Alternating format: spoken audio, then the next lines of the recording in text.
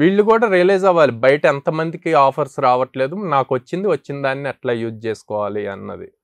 So అట్లా కాకుండా ఉంటే వీళ్ళ నిజంగా ట్రస్ట్ వర్తి అన్న క్వశ్చన్స్ వస్తాయి అన్నమాట. ఓకే, ఆ ట్రస్ట్ వర్తినెస్ పోగొట్టుకుంటే గనక రెండోసారి మళ్ళీ ఆపర్చునిటీ రాదు కదా. సో ఇవన్నీ చాలా క్యాలిక్యులేషన్స్ ఉంటాయి, కంపెనీ పాయింట్లో ఉంటాయి, అటు సైడ్ నుంచి ఆలోచించాలి. సో మీరు అక్కడ దాకా వెళ్ళినందుకు మీరు ఎంత కష్టపడ్డారు, కష్టపడిన దానికి రిజల్ట్ వస్తే వచ్చిన దాన్ని నాకు వద్దుపో అని చెప్పి మీరే వదిలేస్తున్నారు. దేవుడు వరం ఇచ్చినా తీసుకోరు అంటారు కదా, అట్లాగా జాబ్ కోసం అంత కష్టపడి నేర్చుకొని జాబ్ జాయినింగ్ డేట్ వచ్చాక వేరే రీజన్స్ చెప్పి నాకు వద్దు అంటే. సో ఇక్కడ మేజర్గా స్టూడెంట్స్ ఏమనుకుంటారంటే అండి, సార్ ఇప్పుడు ఇది రాకపోతే ఇంకోటి నేను క్రాక్ చేసుకుంటాను, మీరు ఆపర్చునిటీస్ ఇస్తారు కదా, నా దగ్గర స్కిల్ ఉంది కదా అని ఉంటారు.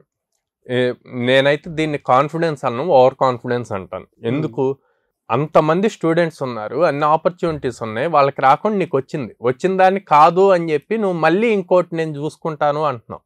అన్నప్పుడు మళ్ళీ నీకు అంత ఆపర్చునిటీ వస్తుంది అన్నది గ్యారంటీ ఉందా? లేదు. మార్కెట్ ఎలా ఉంటుందో తెలీదు, టెక్నాలజీ చేంజ్ అయిపోతుంది, ఎవ్రీ 2-3 monthsకి టెక్నాలజీ చేంజ్ అవుతుంది. అంత టెక్నాలజీ చేంజ్ అయ్యేటప్పుడు ఓపెనింగ్స్ ఎంత ఉంటున్నాయి అన్నది ఎవరు ఎస్టిమేట్ చేయలేకపోతున్నాం.